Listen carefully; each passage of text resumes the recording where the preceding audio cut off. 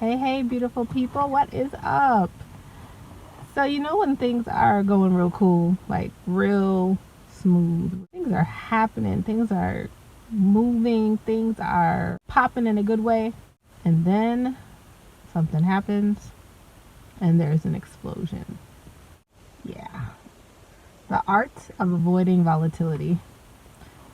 Coming up.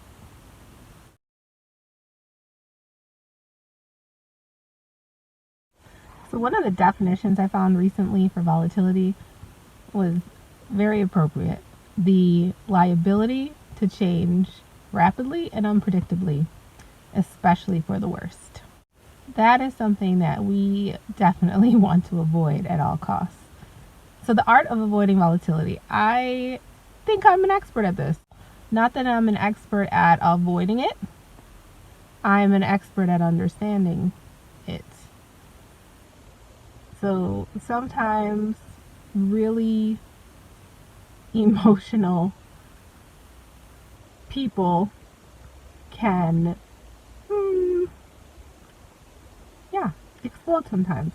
So we never want to explode in a way that hurts anybody or has any long-term ramifications, but it happens. I'm not going to say it doesn't. Emotionally, an emotional explosion, sometimes verbal. If it is physical, it shouldn't be violent, right? Sometimes more passive people explode internally, and it's like an internal combustion that is really, really unhealthy if it doesn't come out in healthy ways.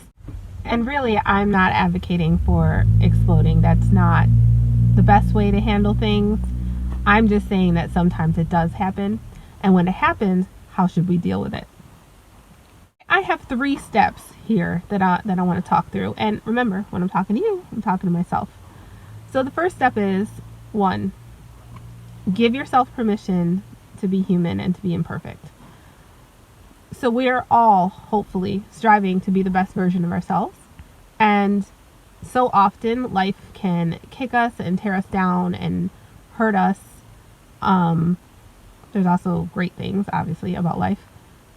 But what we want to do is make sure that we're not holding ourselves to some standard that is unachievable.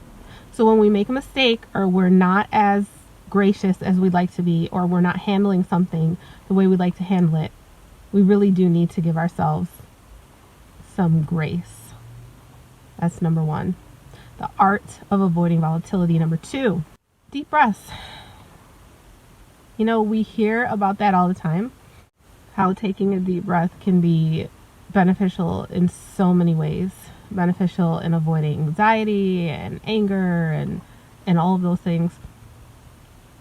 There's something about breathing and centering ourselves through inhaled breaths and slowly exhaled breaths that is therapeutic and cathartic.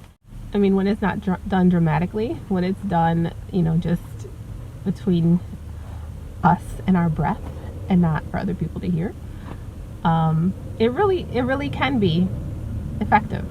And the art of avoiding volatility, tip number 3, stay in God's space. That probably should have been tip number 1.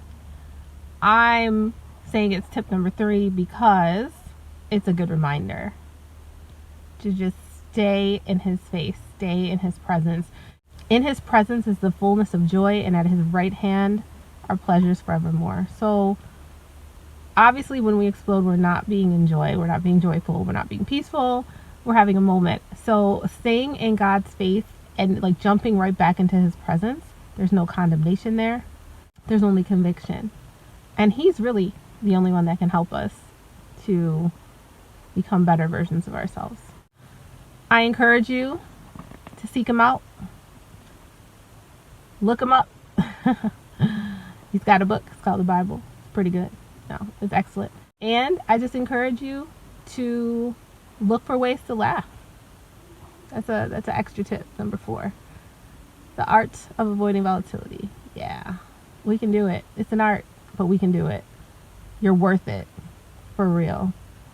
And in these moments where we feel like kind of things are super, super, super heavy, it's all good. We can get up from this too. God bless.